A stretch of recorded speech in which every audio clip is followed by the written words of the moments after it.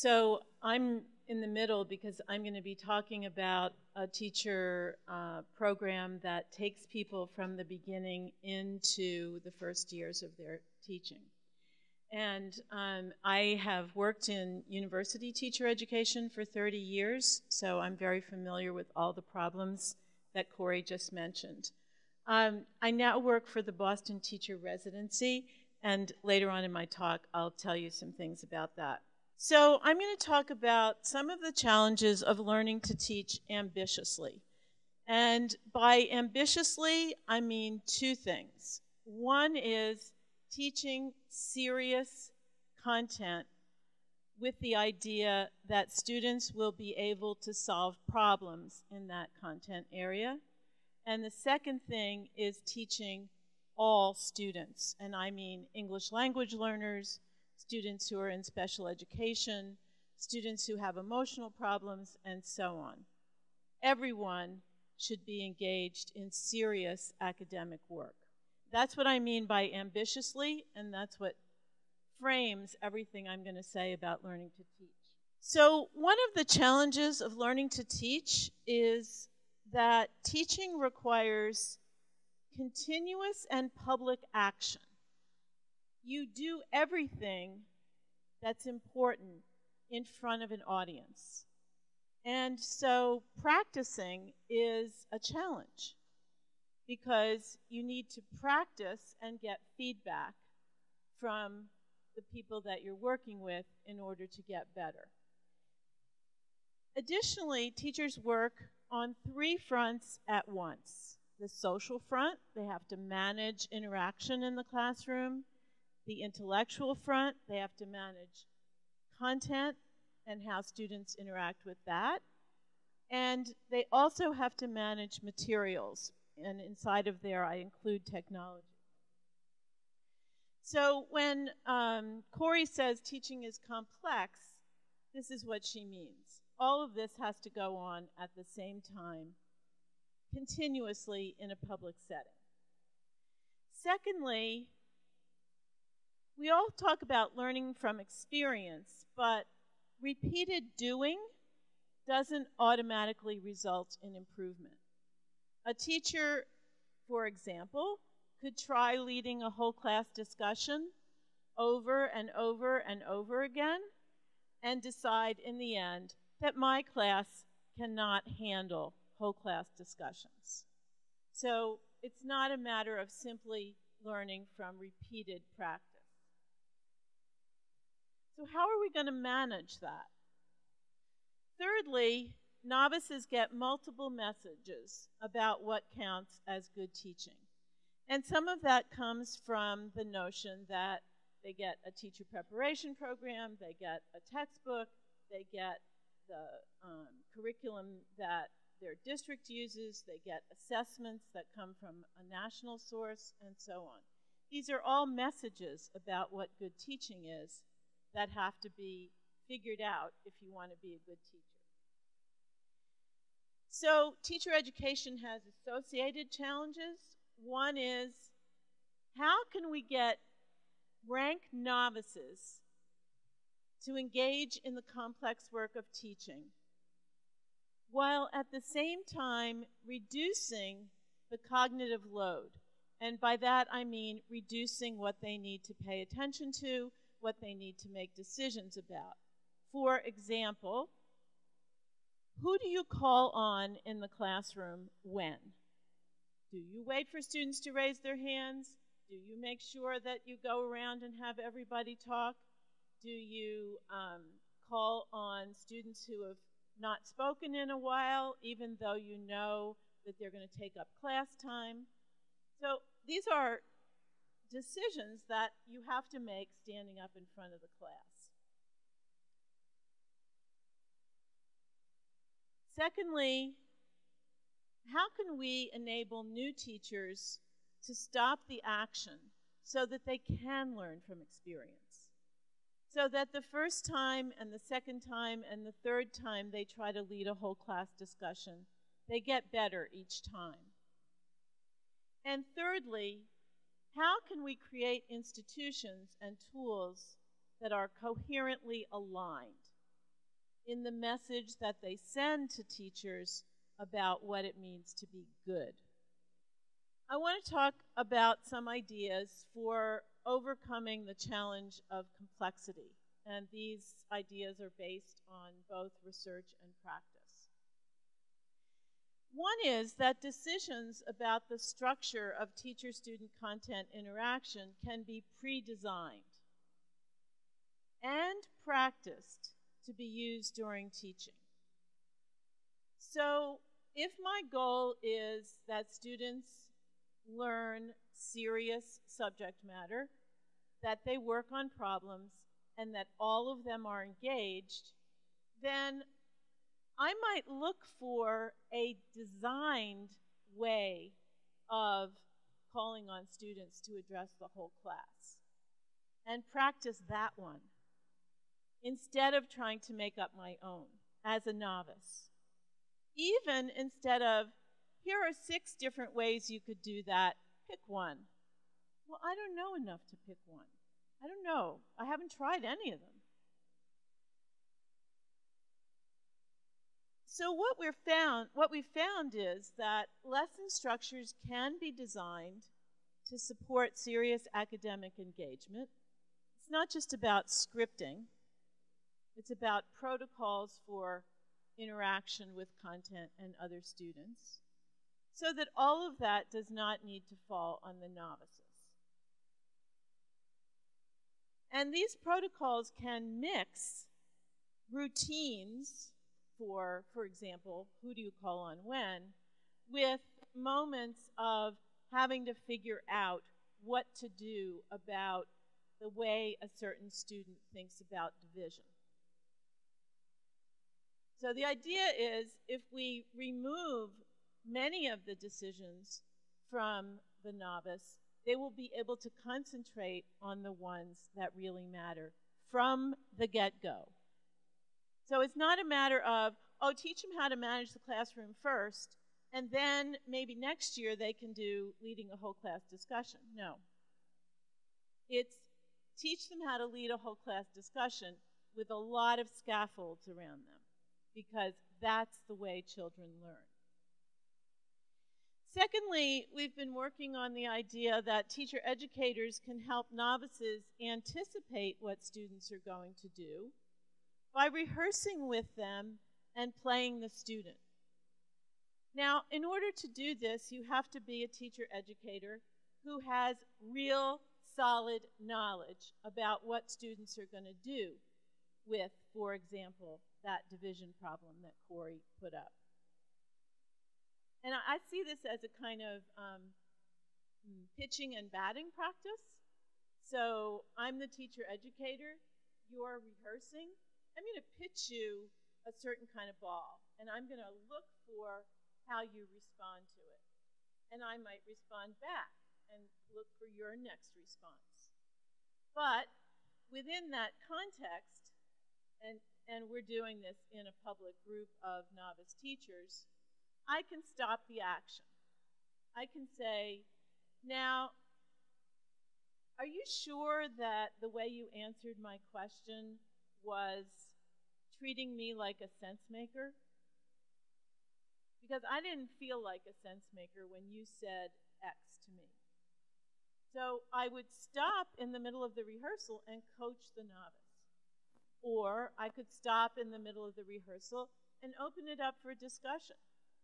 I could stop when I asked the question and say to my group, now, what are all the things a teacher might do here? And how can we understand how to choose between them? So we're stopping the action, we're preparing, we're rehearsing before the full-time, continuous interaction with 30 kids at one time. So my suggestions to you on this front are, look for places where the challenge of complexity is being met in teacher preparation and induction, but not in ways that reduce the complexity.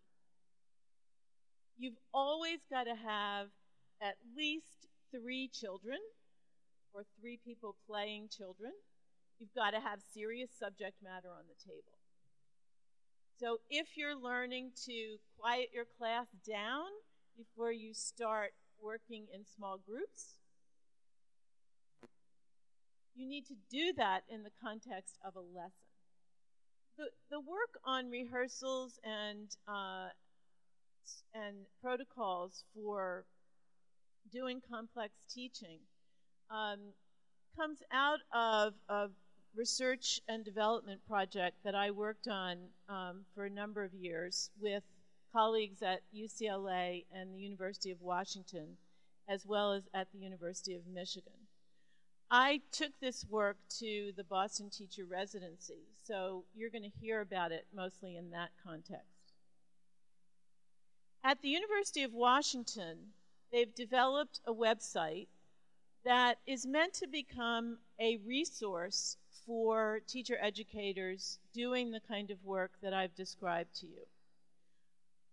It's called Teacher Education by Design, and on this website they have protocols for mathematics, English language arts, English language learners, and science so far.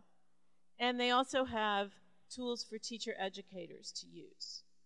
Now, those of us who have sort of spread out from the original project will be contributing protocols to this website.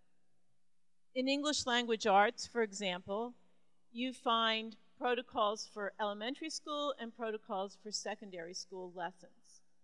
The ones I've put up on the screen are protocols for secondary school English language arts teaching.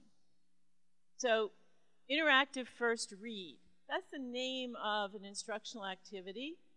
It's something that English teachers do over and over and over again in the course of the year.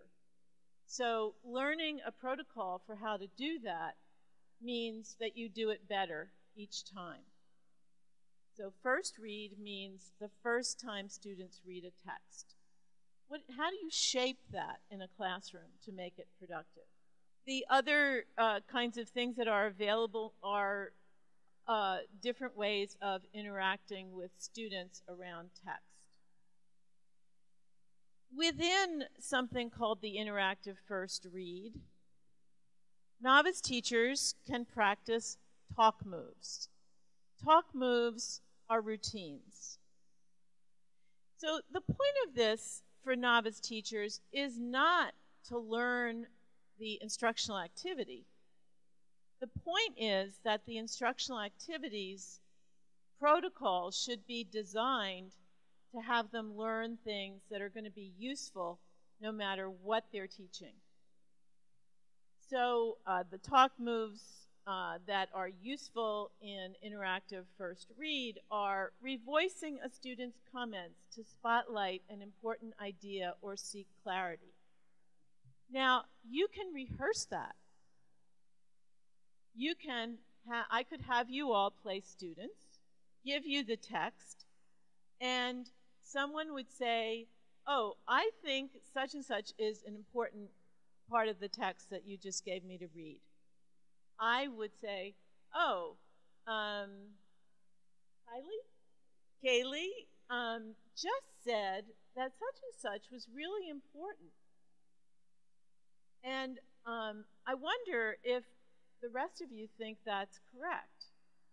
So I get to practice that, and then the rest of the class opens up. Another thing that we do to engage novices is side-by-side coaching.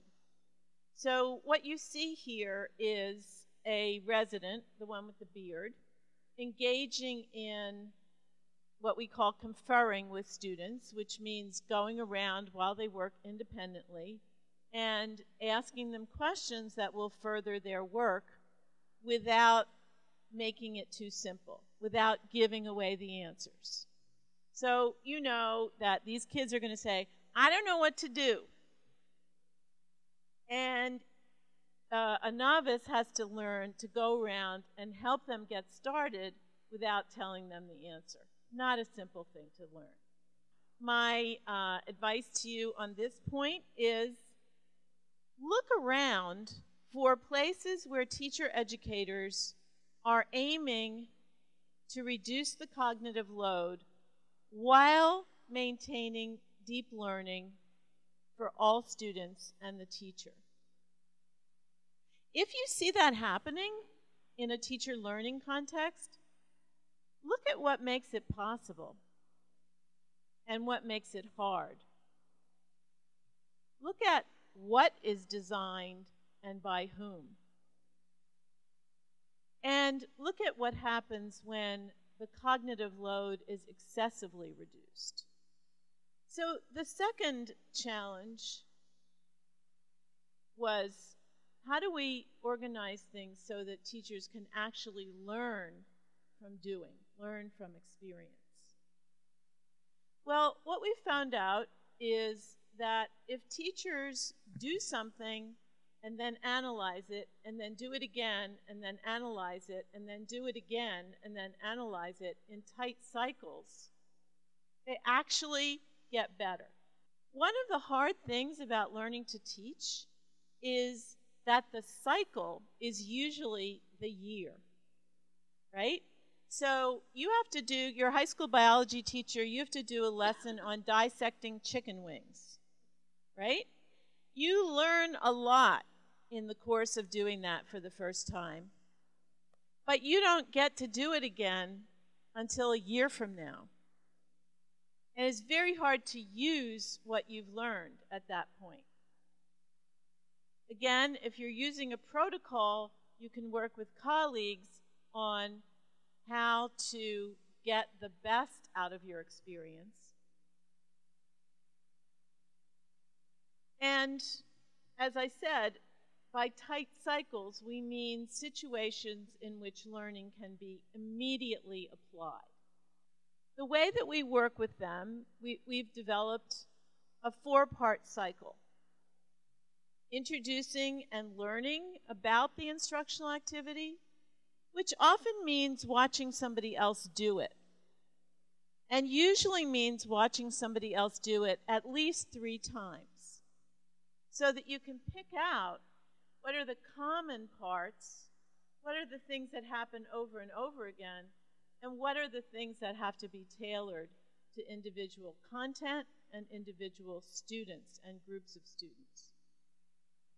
After you've watched it being enacted, you analyze what you saw. What are the important parts of this?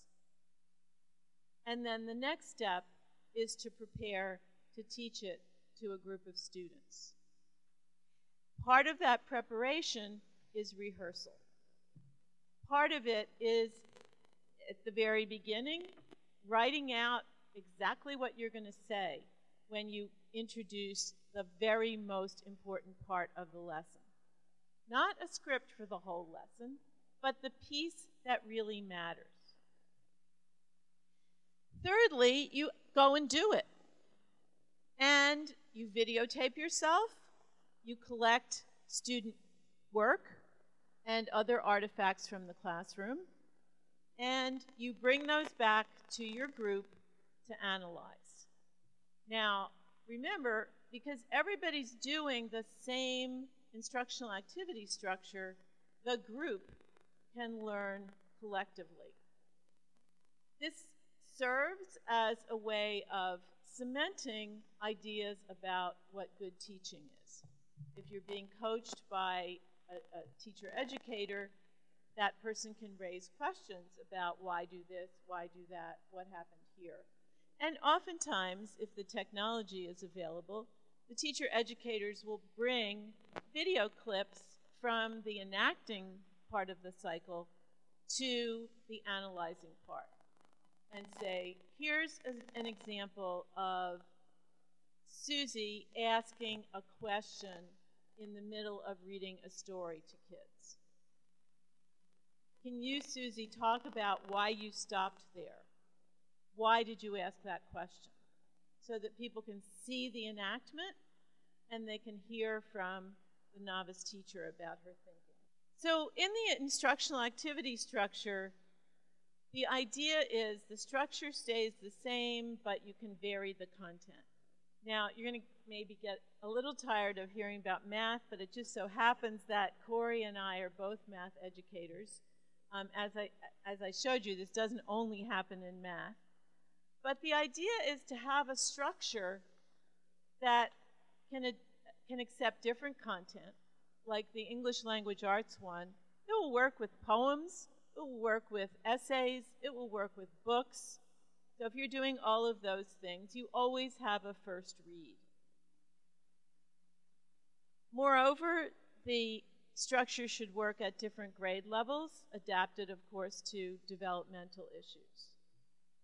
And the collaborative analysis enables not only the novices to learn, but the teacher-educator to learn what she needs to do the next time around. So by analyzing what every single resident did with the instructional activity, the teacher-educator will then do a rehearsal for the next time around that focuses in on the pieces that they were struggling with. So here's the example, if all of this is sounding too abstract. We have something in secondary math we call contemplate, then calculate. And one part of that activity is supporting students' individual think time. So instead of just saying, here's the problem, think about it, you have a protocol for how you get students to actually do that in a poor, high poverty, urban, mostly Black and Latino classroom. So we're supporting teachers to work in Boston. You may think of Boston as, you know, a sort of business hub and a historical place, but actually 75% of the students in Boston are children of color, and 90% of them are on free and reduced lunch. The rest of the youngsters have all gone elsewhere by now. So those are the children in the public schools that we are preparing teachers to teach with. So, contemplate, then calculate.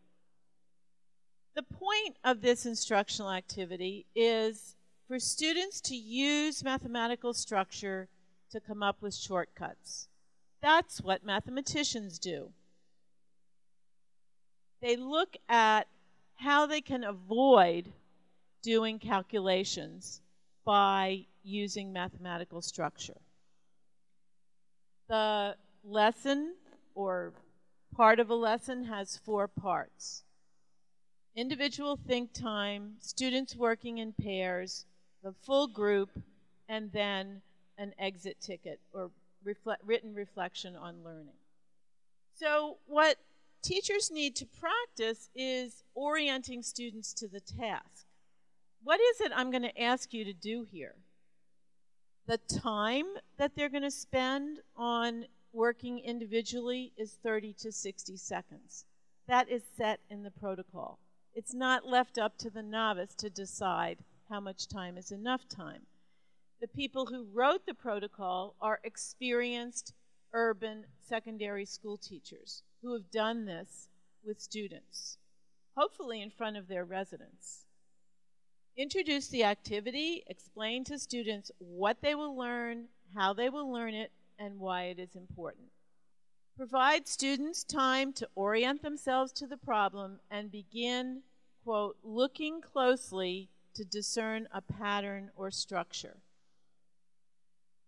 And that is language that novices aren't familiar with. It's language that they can use with adolescents. Have students put their pencils down, very, very important, and consider the mathematical task at hand. Ask, what do you notice? So, quickly, I'm going to show you 3 different contemplate, then calculate examples to show you 3 different content areas. What do you notice here? calculate the value of f, tell me what you notice. There's two 94s. How about this one? What do you notice? No calculations, just what structures do you notice? There's the same, no pencils, right? So what is it about the structure of this expression that makes her think that x plus 1 might have to be 10? So think about the procedure you learned to solve problems like this, right? One side of the equation has to be 0. So first, subtract 10 from both sides of the equation. Then simplify the parentheses. Hopefully, when you simplify the parentheses and you see that there's a minus sign in front of it, you will say minus x minus 1. Very rarely remembered by students who are simplifying parentheses. At least 4 or 5 steps to figure out something which, if you look at it, you could do very quickly.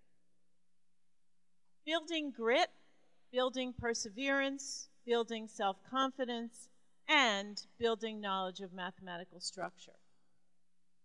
How about this one? What do you notice? So, what are some clues that might help you figure it out? What do you see in here that might have something to do with area? Triangles. Where are the triangles? Oh, interesting. One thing that we're learning here from our peers is we can break this thing up and work at it piece by piece. And if we work at it piece by piece, and we know the relationship between the diagonal and the rectangle, we can figure out the area. So this is just an example. I didn't really go through the instructional activity steps with you one right after another, but I wanted to show you that it is possible to have a protocol that can go through this cycle and have lots of different content. I don't want to spend a lot of time on this, but the way this works for residents is they get an assignment and they put their videos up on something called Teaching Channel.